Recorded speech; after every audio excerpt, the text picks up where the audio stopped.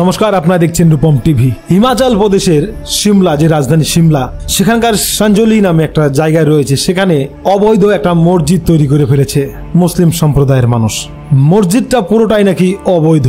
সিমলার লোকজন বলছে বাইরে থেকে লোকজন এসে এখানে গ্যাদারিং করছে, এমনকি মসজিদে এসে থাকছে, সেখানকার স্থানীয় লোকদের নাকি বিভিন্নভাবে তারা ধমকাচ্ছে, চমকাচ্ছে। এবার সাঞ্জলিতে যেখানে মসজিদ রয়েছে হিমাচল প্রদেশের সিমলার রাজধানী সিমলার সাঞ্জলি গ্রামে, সেখানে মুসলিম সম্প্রদায় বিভিন্ন সাহারানপুর থেকে, ইউপি থেকে, দিল্লি থেকে, বিভিন্ন জায়গা থেকে সেখানে প্রচুর মানুষ নাকি সেখানে সেই এরিয়াটাকে ছেয়ে ফেলেছে, মানে সেখানে বসতি স্থাপন করেছে।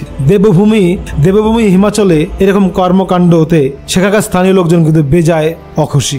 এবার সেখানে এই প্রতিবাদ করতে গেলে সেখানকার মানে মুসলিম সম্প্রদায় এবং হিন্দু সম্প্রদায়ের ছেলেদের মধ্যে মারপিট হয়। মারপিট করে নাকি মুসলিম সম্প্রদায়ের মানুষ নাকি হিন্দুদের এক দোকানদারকেও পিটিয়েছে।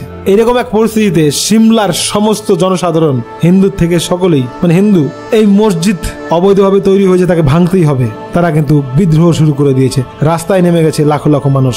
সবচেয়ে আশ্চর্য বিষয়, কংগ্রেস, সেখানকার কংগ্রেস মন্ত্রী, মানে ওখানে তো কংগ্রেস সরকার রয়েছে, সেই সরকারের মন্ত্রী, তিনি পর্যন্ত সেই আন্দোলনে সামিল হয়ে গেছে। সেও বলছে এই মসজিদকে ভাঙতেই হবে, অবৈধ মসজিদ, এটা ভাঙতেই হবে। তো যাই হোক, এবার হিমাচল প্রদেশের অবৈধ মসজিদ ভাঙার জন্য লোকজন রাস্তায় নেমেছে।